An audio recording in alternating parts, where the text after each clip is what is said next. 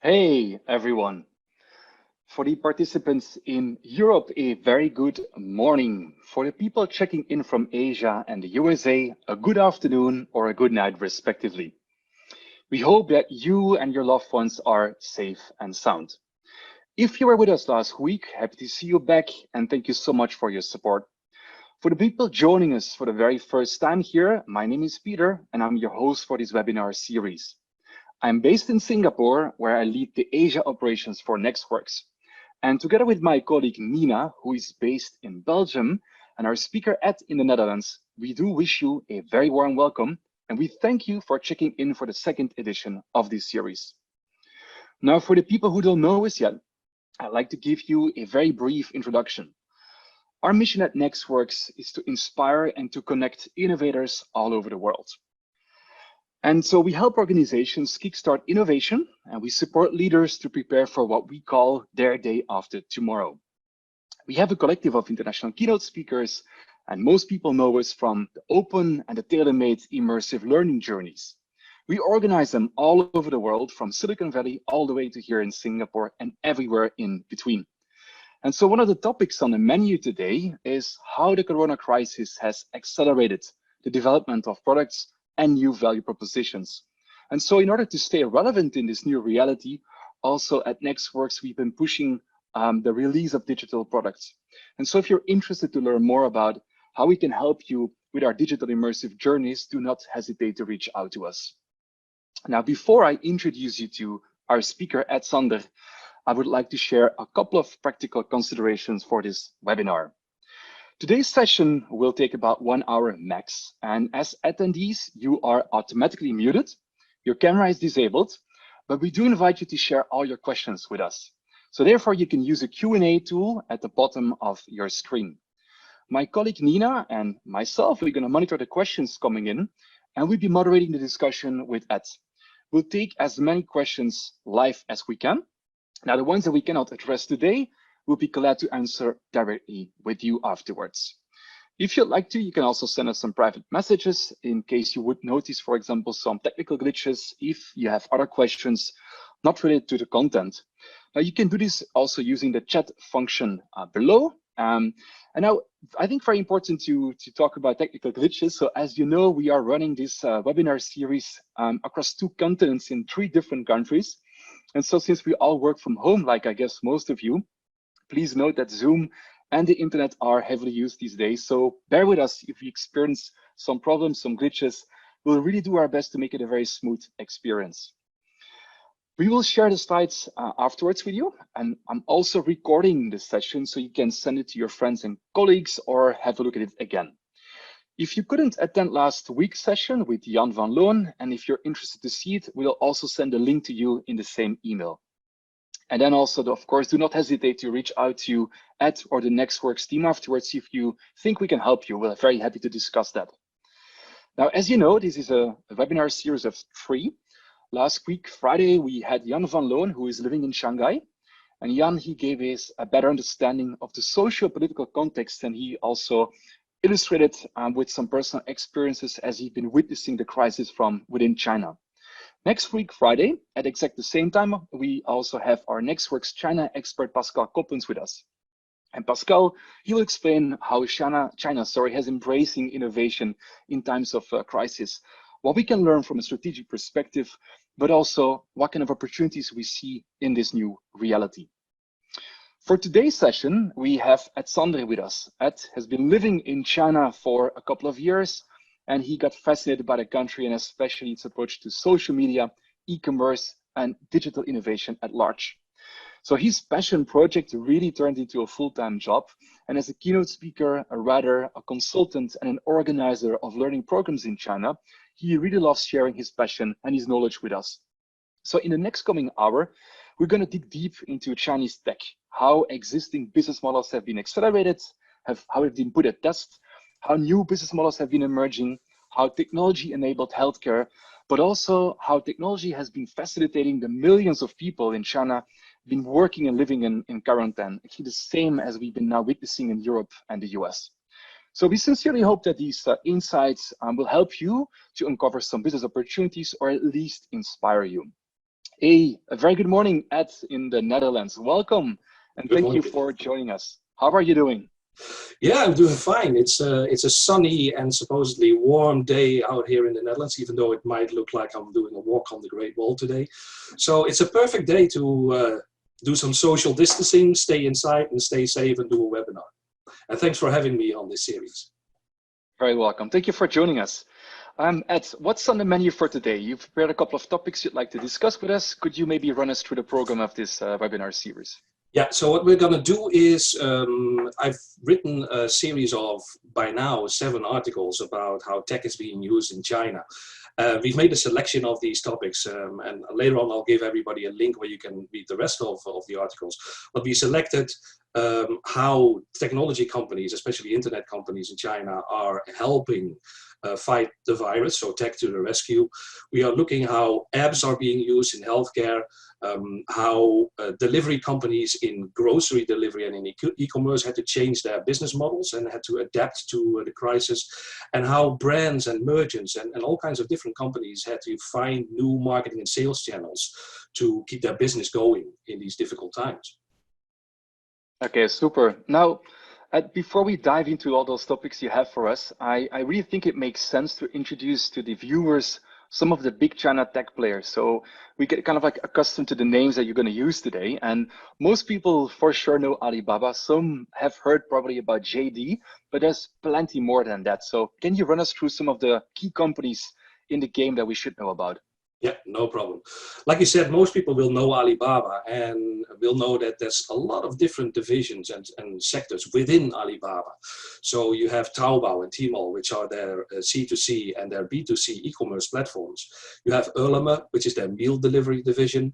You have Hema, which we will also be talking about later on, also known as Freshippo, which is a new retail supermarket.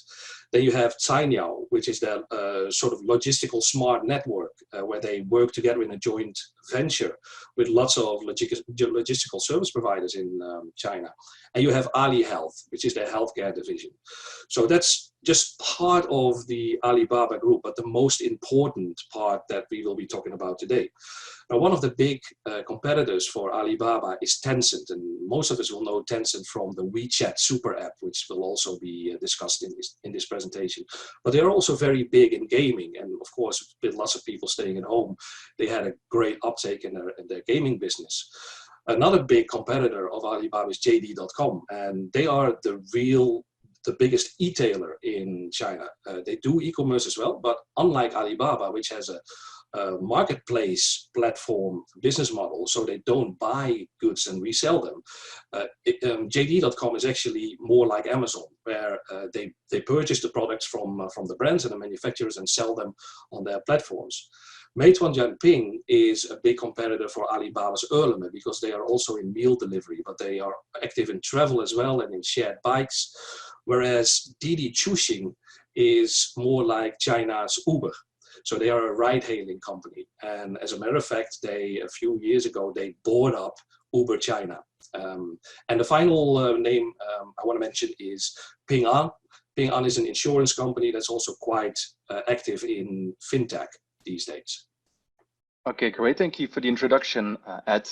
Maybe interesting question to kick off with is the public-private sector collaboration on fighting the crisis. We see a very fundamentally different approach between China and the West. So much more than in the West, the government really counts in China on companies to help, and have been asking quite a lot of support from companies like the ones you've been mentioning.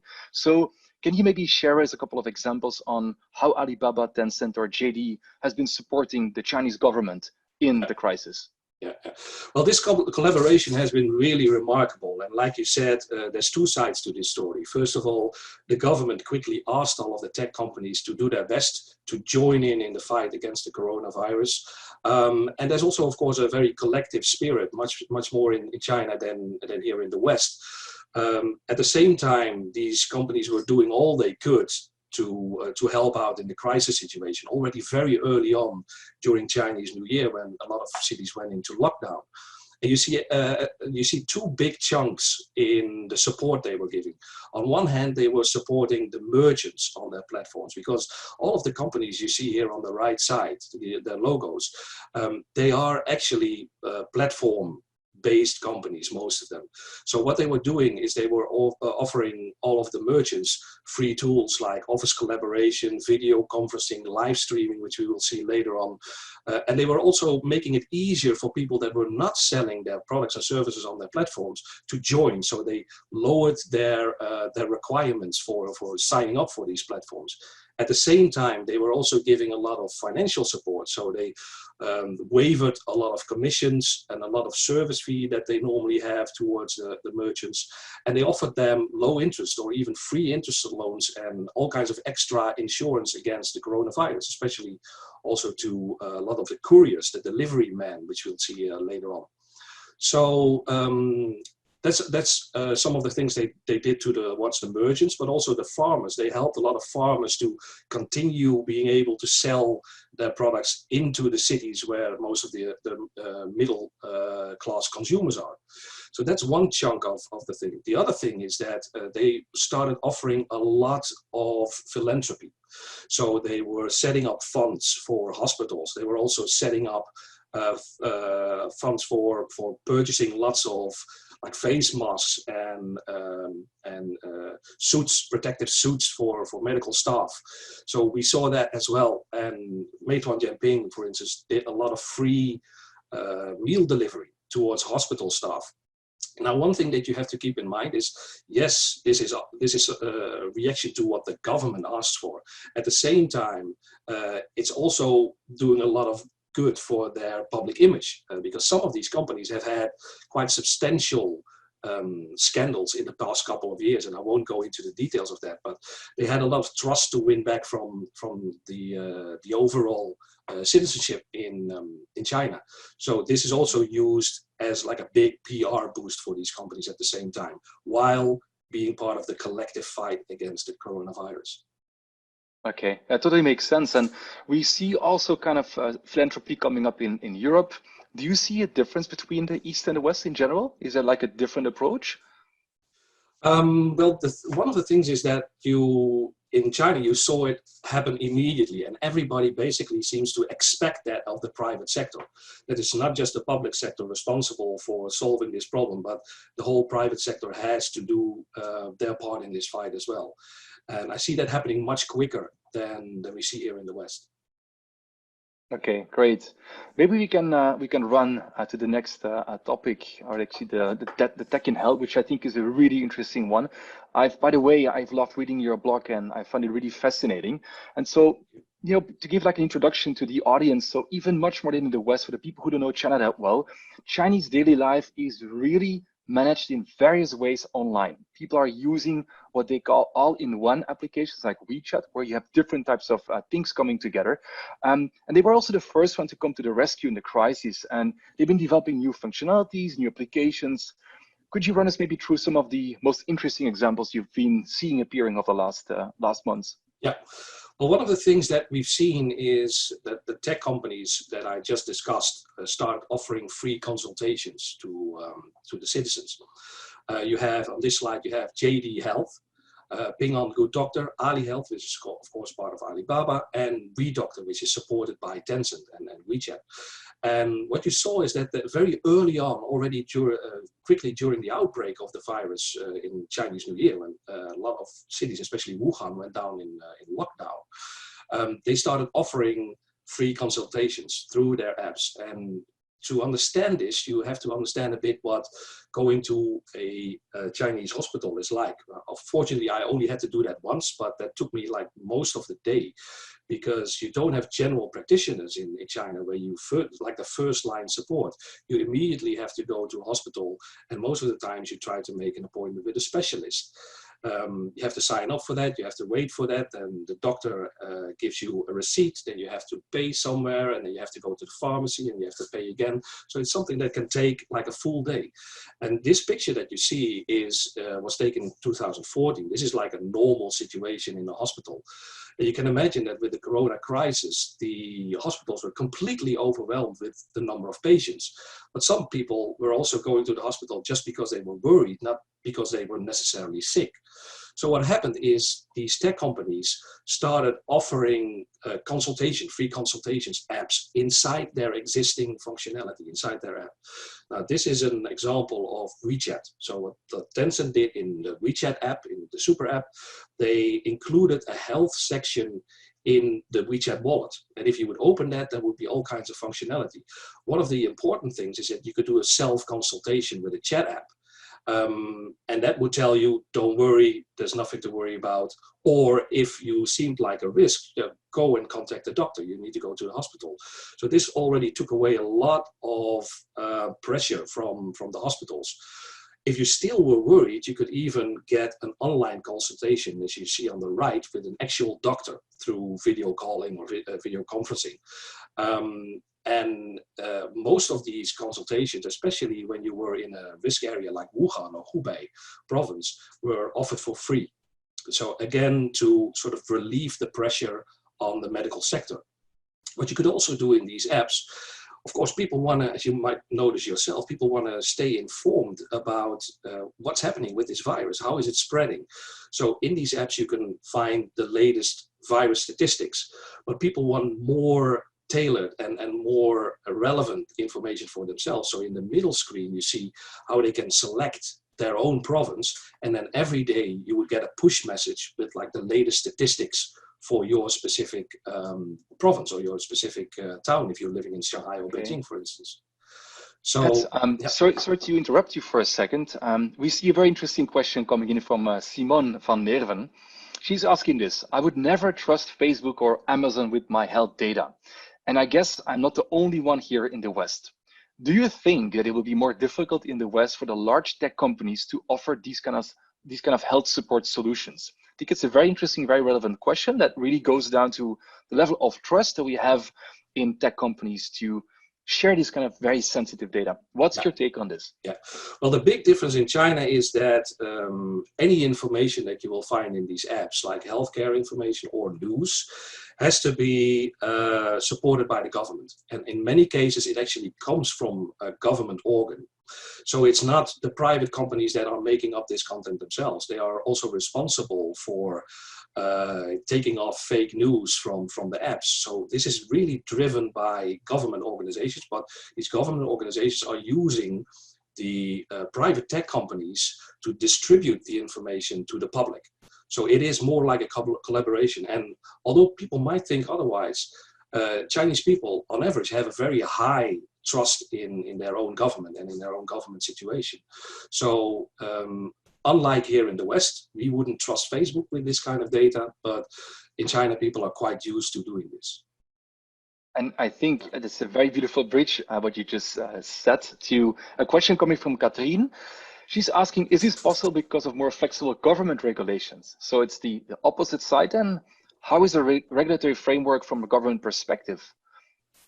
Yeah, so like I said, the government is using the tech companies to push the information towards the actual citizens. So it's much more like a collaborative thing. This kind of functionality you won't just see in WeChat. You can also see it in apps by Alibaba, by JD, by other companies. So it's just creating the distribution channels and the tools. And at the same time, these tech companies really want to support and do their best and show the government that they are like a very important part of society and that they can be part of the collective fight against the virus. Yeah, maybe an additional question before we move on in this topic. Interestingly, there's been a lot of fake news, of course, in this crisis, both in China as in the West. And so how about handling fake news and getting actually the right info to people? So have platforms like the ones we've been discussing been developed for this? Or is it like in Belgium, was it the media's task? Was it the task of the government? How actually does it work to make sure that the most relevant and correct information is reaching the right people? Yeah, there's actually two parts to that. On one hand, these content platforms like social networks like Tencent, but also, for instance, Weibo, which is a microblog, they are responsible for anything that gets published on their site. If a lot of misinformation, but also criticism of the central government gets published on those websites, they could lose their license. So they do a lot of self-censoring and content monitoring. So that's one part of the story. The other part is that some of these companies have set up special channels and special apps where you could go and see all of the fake news, and it would tell you this is true, this is not true. So if some story was going around, slipped through and was going around on social media, these apps and these platforms would tell you what news can you and what news can you not trust. And on top of that, the like real official news can only be republished by these content platforms if it has been supported by the government. It's basically they can only redistribute official news. They cannot create their own news. Okay, I think that's a pretty good answer. Yeah, I'll let you continue on the examples of tech in health that you still had for us. Yeah, so Tencent is just one of the examples, and all of the 4 companies that I mentioned have created their own health apps. This is an example by JD.com. They've also created a chatbot, and they also created a channel where you could do online consultations. And there's about, at the height of the outbreak in Wuhan, there were about 100,000 online consultations being done per day in these kinds of apps. So it was, like I said, a great relief to the hospitals that were totally overwhelmed by patients and worried citizens. Now, on top of that, what we'll see, and we'll not go very deep into this, you can read the article on our website, ChinaTalk.nl, but you also see tech companies creating bots that do meal delivery or do medicine delivery within a hospital, or AI algorithms that go through CT scans and can help the doctors quickly sort of make suggestions like, this is somebody that seems to have the coronavirus, or this is like a different type of sickness, and thereby speed up the whole process. You know, an interesting question coming in from Pascal. Also, you wrote about the usage of data in tracking people who potentially would have the coronavirus, and making sure that also people around them, for example, would be detected or informed at least that somebody in their surroundings was having a high risk. And this brings us to the interesting topic of privacy and data. And so here in the West, we consider privacy a human right, as Pascal says, but in China, privacy is seen as less important. So what is your take on the concept of privacy from a Chinese perspective? Yeah, so privacy in the Chinese perspective, there's a very big division between privacy towards private companies. So like the companies that we're talking about here now, people have seen a lot of abuse or data leaks with their privacy. So they are very critical towards the private companies, whereas we might think they don't really care that much.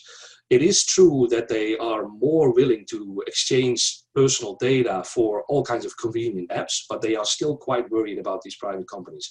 As far as the government is concerned, Chinese people have always been very used to their data being used by the government and being available in the government. Every Chinese person has like a real envelope with all of their certificates and all of their data in it. I think it's called a Da'an. And that's held by the government as well. So they are more used to the government collecting data on them and using it in these kinds of situations. Okay, great. I'm looking at the time. I think it makes sense that we drop to the next part of your presentation, tech in delivery. Super interesting topic. I believe we see some similar things, I think, happening also in Europe. Is of course, e-commerce is booming. So can you give us an introduction on your take on tech in delivery? What has been happening so far? Yeah, so to understand what's been happening, you first need to get a bit of an idea about what delivery in China looks like. And if you go into the major cities, especially in cities like Beijing, Shanghai, Guangzhou, Shenzhen, you see a lot of these delivery men, kuaidi they call them, driving from shops or from restaurants to the citizens. This is mostly for grocery and meal delivery, but you also see these strikes driving around the city with packages, and they deliver most of the purchases that people do on e-commerce platforms. So that's what it normally looks like in China.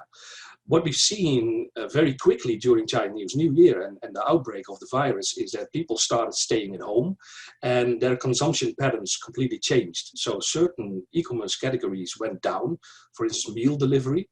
People were starting to get worried, like maybe the cook or the restaurant owner is sick, or maybe the driver is infected. So they bought a lot less meals online, what they normally tend to do a lot in China.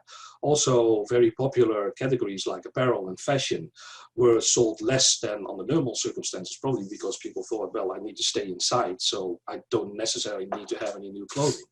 On the other hand, you saw some categories going up because of the home working and learning. There were more laptops being sold and laptop equipment, more personal care like soap, medicine, and other medical products.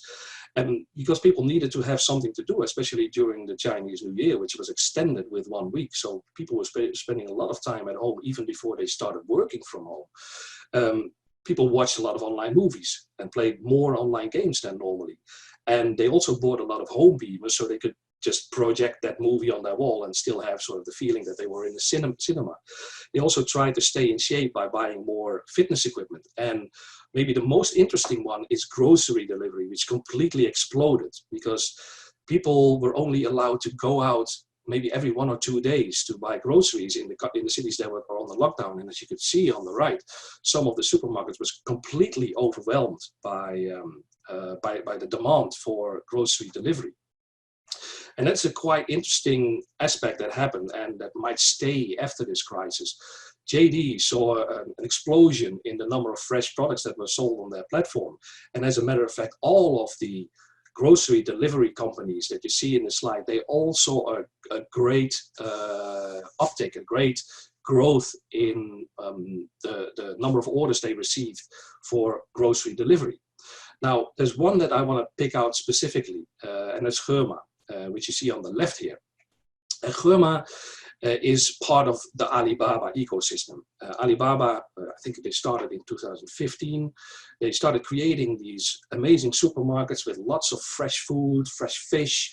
You could buy lobster, you could buy crab, you could take it home, but you could also have it prepared on the spot in the supermarket. So they had their own catering service where people could really eat very, very fresh products. And if you walk around one of these Hema stores, then you see a lot of stuff and you think there's so many people stacking the shelves here, but they're actually order pickers. So what they do is they collect orders that are coming in through the app that they are using. So this is a new retail business. They're online and they're offline. The staff collects these orders and these orders go in this conveyor system that you see in the ceiling to the warehouse in the back. And they are consolidated in one order for the consumer. And then there's like an army of delivery men outside waiting for these orders. They pack them in these gray boxes and they drive them to the people who order this food, to the consumers, in I think a radius of 5 kilometers around the store. Now, as you can imagine, fascinating footage that you have there, Ed. And I think one of the questions that pops up is, okay, if the delivery industry is booming, you need hands, you need helping hands, you need people. So how did that work actually? Where did the people come from? Exactly. So the big problem was more people started buying groceries online, not just with Hema, but also with these other platforms. But a lot of the delivery men actually are migrant workers, as they call them. So they might work in the city, but they come from the countryside or lower tier cities. And that means that during the Chinese New Year, a lot of them went home. So they were not actually available to deliver all of these orders. So what you saw is that a supermarket like Hema immediately had a lack of staff to deliver all of the orders and to the order picking inside the stores. So what they did, and this is a very interesting aspect that we might also use in the West, they went to a couple of restaurant chains and they said, you had to close your restaurants. So you have a lot of idle staff that isn't doing anything now. Can we maybe temporarily hire your staff so that we can deliver our orders, because we have a lack of staff. So they were trying to balance that out. And that is something that I wish that we also have seen in Holland on the internet news that Picnic, which is it's a grocery delivery company here in the Netherlands, Picnic is looking for hundreds of employees. And also I placed my first online order. I thought, well, let's not go to the supermarket, let's place it online. And what you can see here is last Monday, I placed my order and the first delivery slot is in April 7th. So I have to wait for 2 weeks before my groceries get delivered. I'm going to be starving by that time. So I think this is an idea that we might also be able to use in our situation here in Europe at the moment. Yeah, maybe that's just a reflection. I mean, what you hear the last days is that more and more people working in retail are actually afraid of the Corona crisis and the virus, obviously, and it seems like more and more people might also drop out of the retail sector, and so it seems that on the opposite, in China, people were really there to support and to work. Was there like a very different approach in the way that people were willing to still continue working? Was it a different mindset? Is it something cultural, part of being the society? How do you see this? Well, I think that there's one big difference is that the social safety net, so to speak, so like welfare or any kind of income that the government might give you in case you are out of a job, is not so well developed in China. So there's a much higher stimulus and motivation for people to continue working if they still can. So I think that's a different approach in China. Because of the lack of that safety net might be one of the reasons. Yeah. All right, sorry to interrupt you. You can continue with the presentation. Yeah. So what we've also seen is that some companies that had like this idle staff that had the whole infrastructure but were not getting a lot of business at the moment, like Didi Chuxing, that ride-hailing company, they said, well, we have 60% less people traveling with us. So why don't we use this infrastructure to also start home delivery? So they started testing that in some of the companies. At the same time, what you saw is that some people take the opportunity in their own hands and they are not waiting for the platforms. Like this lady, this is in a wet market in China. What she decided to do is just set up a WeChat group. So consider that like a WhatsApp group chat. And every day she would post all of her products, all of her new products, and people that were in that chat group could simply order directly with her. And she would call an independent delivery guy to take it to the consumers. The other way around, you also see recently in the last couple of years in China, a situation where somebody in a community takes the initiative to start collecting orders from the residents in that community and then place it on a platform or place that order with a merchant. Sometimes directly with a merchant, but sometimes through a platform where the platform gets part of the commission. So you see that these different ways of doing sort of the last mile delivery are starting to appear in China. Now, so Ed, I mean, we've been talking a lot about tech, and this is all for tech-savvy, mostly, you could say, younger people. What about the elderly? So, I mean, with all these apps and tools that can help you to come through the crisis and so on, how did it really affect the elderly? Because I can assume also in China they're less mobile savvy than the young ones. Yeah. It's actually quite interesting because the elderly people in China, so anybody that's basically 60 plus, they are much more used to go to that wet market. You saw that little video with a lady that was selling directly online. So that's the place that they normally go to. The younger people go to these Hema supermarkets, but the older people go to these wet markets. But they were, on one hand, they could only go out once every 2-3 days, but they were also starting to get worried that if they would go out, that they might get infected. And then a lot of their kids were saying, Mom, Dad, don't go out. Use one of these apps and buy your groceries online and it will be delivered to your door or at least to the gate of your xiaoqiu, your compound. So we've seen that, I think it's about 60% of all new customers that started buying grocery online were elderly people. So they are starting, the situation in China is making them more tech savvy. And a lot of them seem to like it. So one of the expectations is that grocery delivery will be one of the market sectors that will gain a lot of adoption and a lot of new customers even after the crisis is over.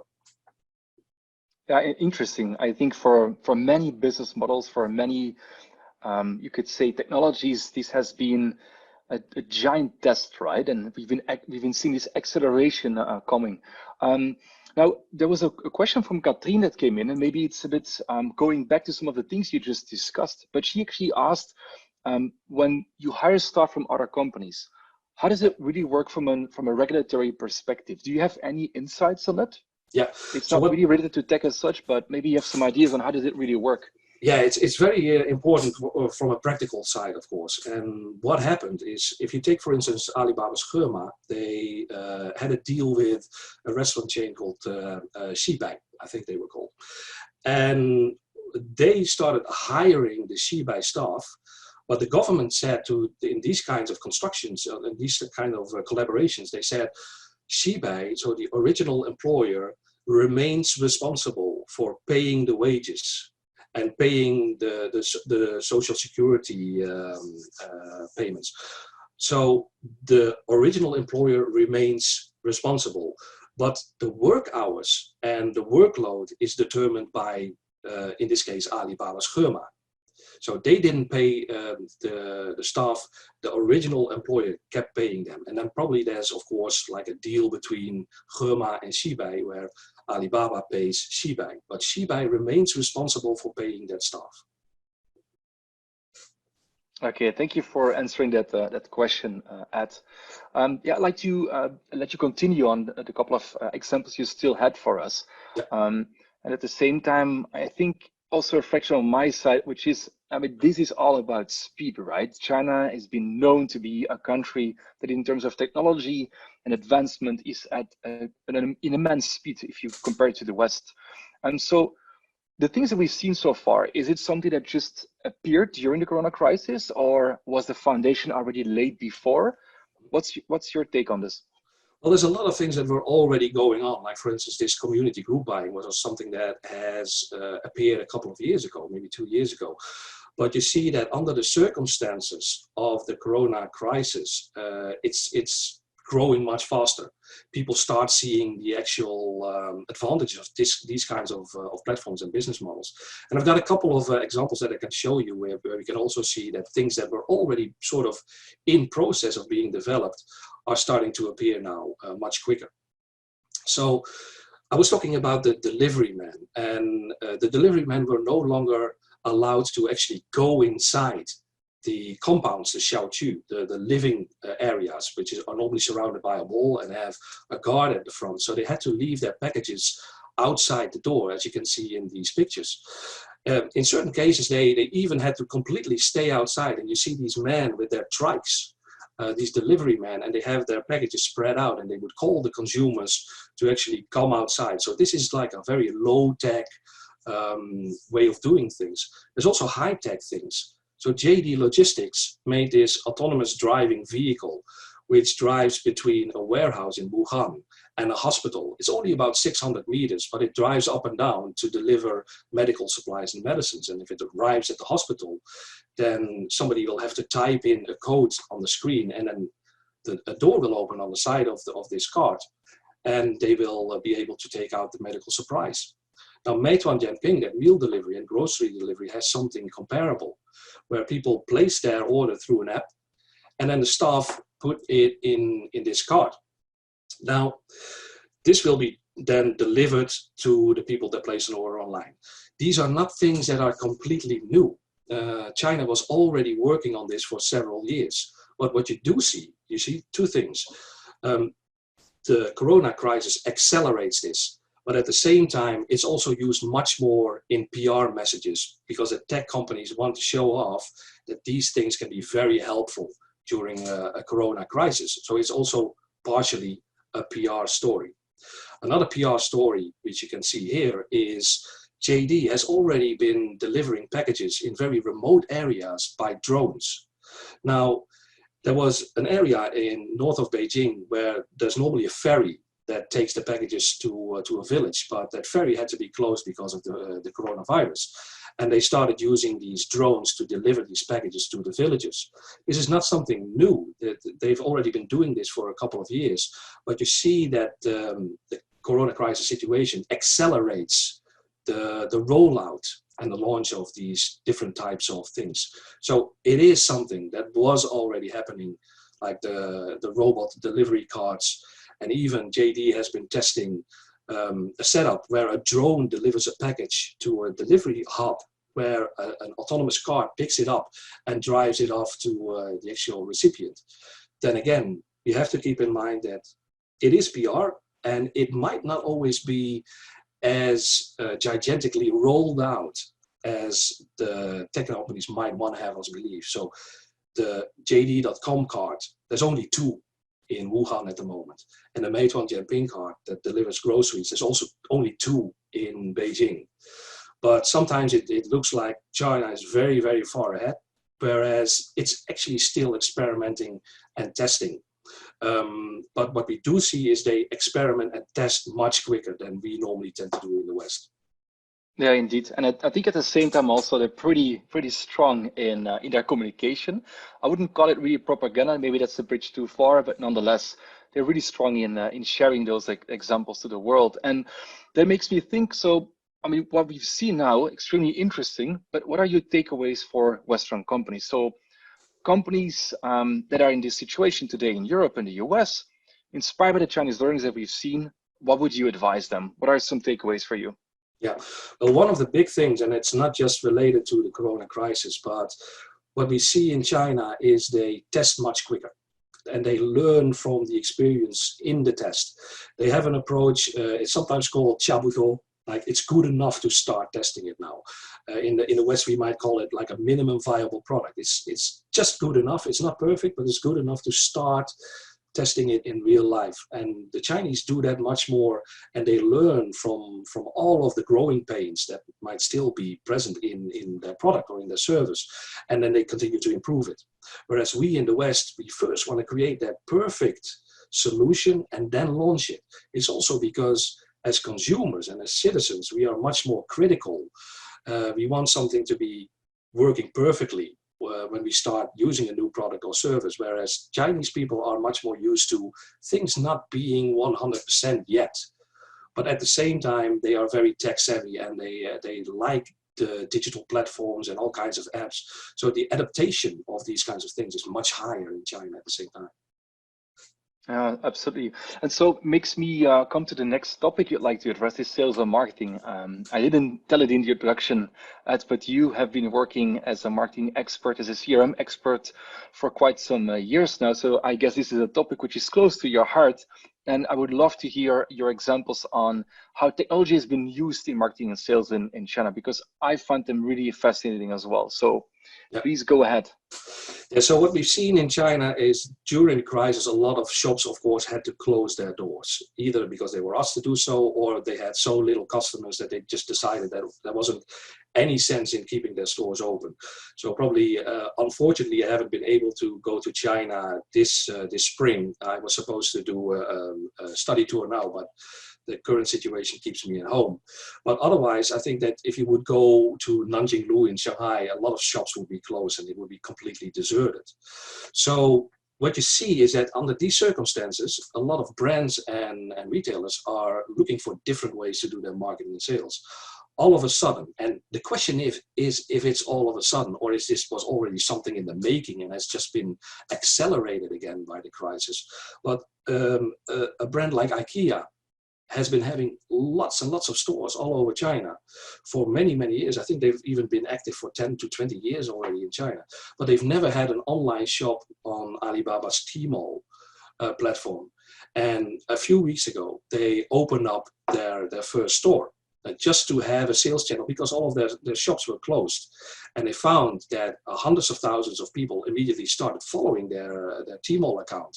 And they had actually quite impressive sales in the first couple of days. So you see that they are starting to use new sales channels. The same thing happened basically to bookstores in China.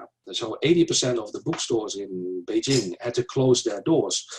And bookstores are quite impressive quite often in China, with lots of really impressive architecture, and they have a coffee corner, so they do more than just sell books, but they were completely deserted.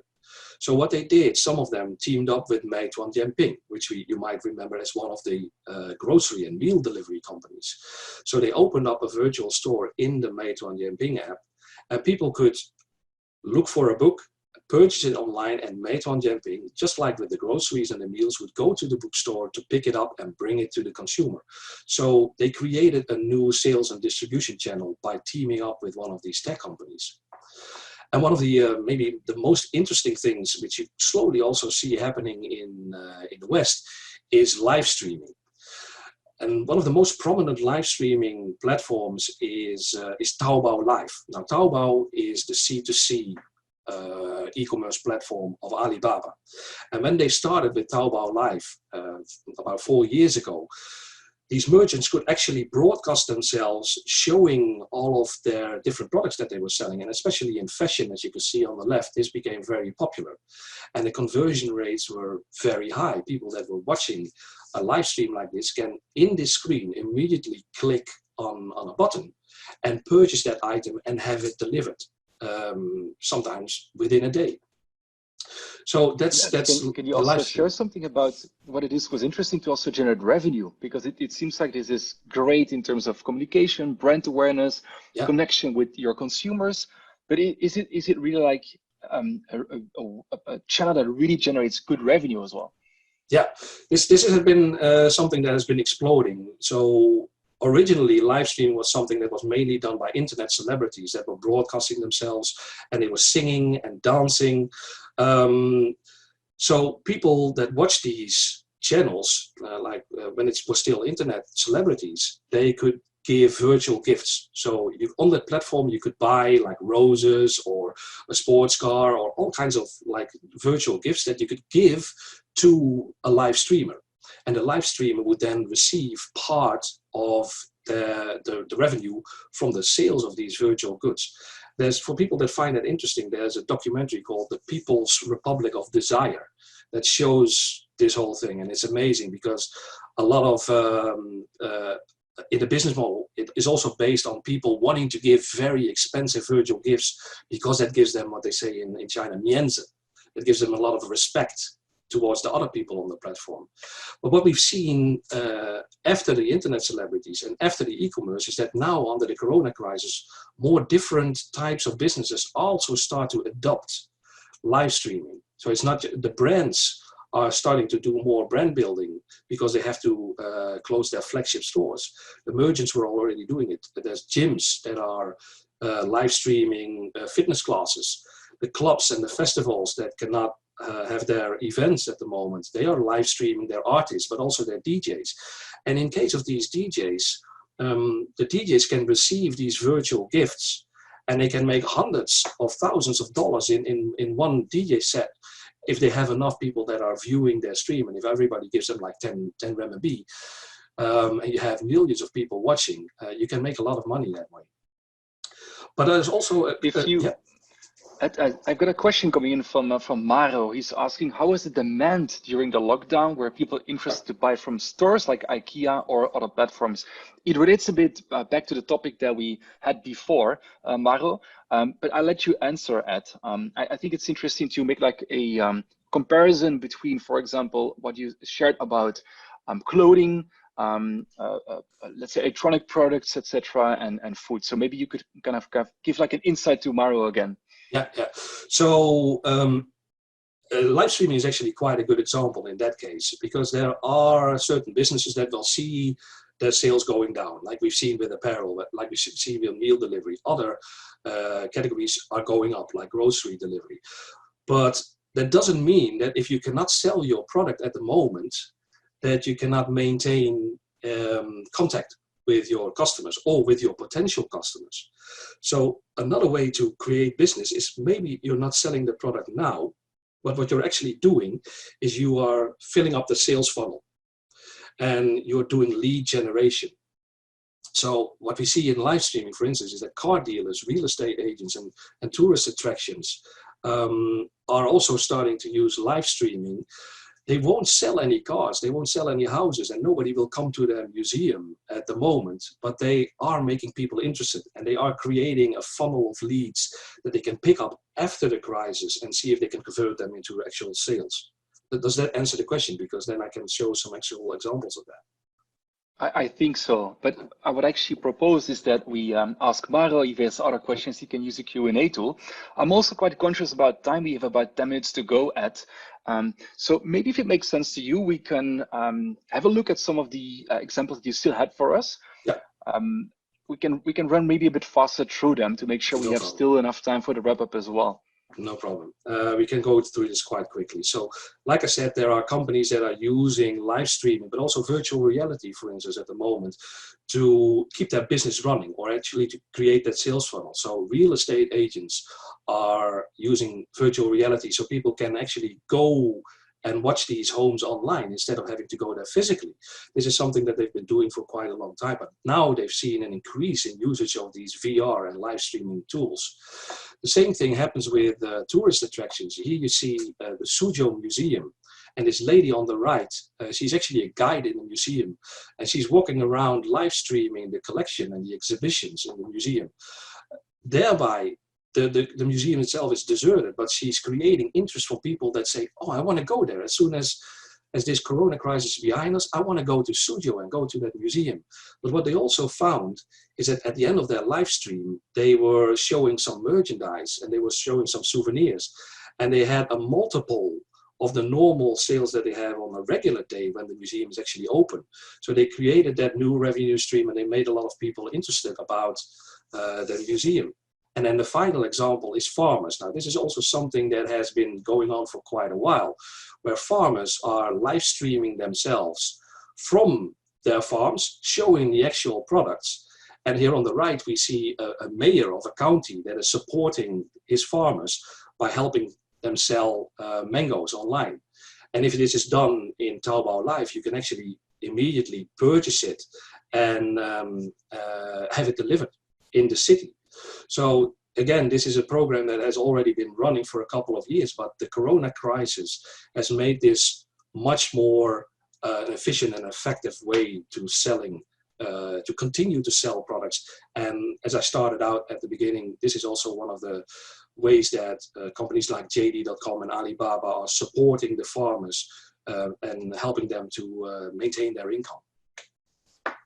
You know, Ed, before we kind of go to the wrap up and share some of the main learnings, Thierry came in with a really interesting question. It's a topic that you've been discussing quite extensively in one of your blog posts as well. It's about education, but especially working from home.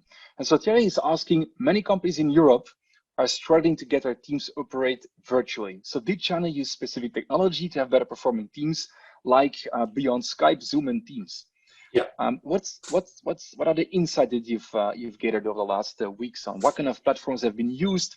How have actually been companies working together with the teams remotely? Yeah. Well, again, it was the basic tech companies in China like Tencent and Alibaba, but also ByteDance, which is the company behind Douyin and TikTok, for instance, that we use in the West. They all started offering their office collaboration and video conferencing tools. So Alibaba started pushing DingTalk, Tencent started pushing Tencent Meeting and WeChat Work. And these are actually apps that had already been used a bit, but they made them available for free. And there was an enormous explosion in the number of people that actually started to use these, which in the first couple of days led to undercapacity of the servers of these tech companies. So they didn't have enough capacity. They had to scale up. And you saw that especially DingTalk was also used a lot for students that were receiving classes at home. And these students even tried to sabotage DingTalk by leaving a lot of one-star reviews in the app stores in an attempt to get it banned. So yeah, that's some things that happen. But one of the articles that we have on our website, you will see that there's more information about how they started using all of these platforms, these collaborative platforms. Okay, thank you very much. That's a really interesting answer. And we have only a couple of minutes to go, so I'd like to go to the wrap up and the learnings. And so, I mean, Western companies are obviously not the same as Chinese companies. But what are some of the criteria of success that we can learn from China? What are the tips that you would have for the participants to manage the crisis? Maybe in 2 minutes. I give you 2 minutes, Ed. No problem. I don't think I need 2 minutes. Okay. So what we've seen is, and there was a very interesting article in the Harvard Business Review, and they said there's two main success factors why these things are working in China. First of all, the whole logistical chain is much more digitally enabled. So Alibaba is using Cainiao, that network of logistical service providers, and they can determine if a package has to go from A to B. These are the companies that will get it there as quickly as possible. And then the last mile delivery has been done by all of the Kuaidi that we've seen. Sometimes if you order something with Hema within 2 minutes or within 30 minutes, there's also on the consumer side, they are much more comfortable with the online world, with e-commerce, with super apps. So as soon as you add new functionality, like for instance, that health functionality in the WeChat app, people will see it and they will start using it because they are already using that app. So I think that if you look at what we can learn from that, is that it's difficult to copy this to the West because we don't have these super apps. But I hope that I've also shown a lot of examples in this presentation where very pragmatic, out-of-the-box thinking can actually help you maintain your business, or collaborations with other companies can create win-win situations where you can actually maintain your business during the crisis and maybe even have completely new sales channels after that. Great. It's really a beautiful wrap-up of what we've been discussing so far. What also we've been seeing during the many Nexxworks programs we've been organizing in China. It absolutely, without any doubt, is a fascinating country. There's so much to learn from China.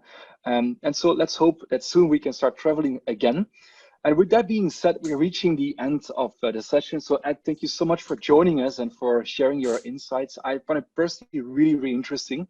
I also like the many examples that you had with us, the videos, the photos. So we got a pretty good understanding on how technology has been leveraged in certain sectors. And so with that being said, to the participants, thank you so much for attending this week's webinar, for sharing your questions. We'd also love to hear your feedback. So I've launched a poll a couple of minutes ago. You probably saw that passing by. So please, you would do us a great favor if you could answer that poll and just take a couple of seconds. And so we're also going to share the presentation of Ed afterwards with you. We'll have recorded this session too. So if you'd like to rewatch it, please do so. Don't hesitate to share with your friends, with your colleagues. And we're very much looking forward to see you again for the webinar next week with Pascal Coppens on how China embraces innovation in times of crisis. And so that being said, Ed, thank you so much there in the Netherlands. Here in Singapore, it's about time to start the weekend. But everybody who's in Europe, please have a great day ahead, a very nice weekend. And of course, we wish you a safe and sound time ahead, and love to see you back next week. Be well. Take care. Bye-bye. Thank you, everybody.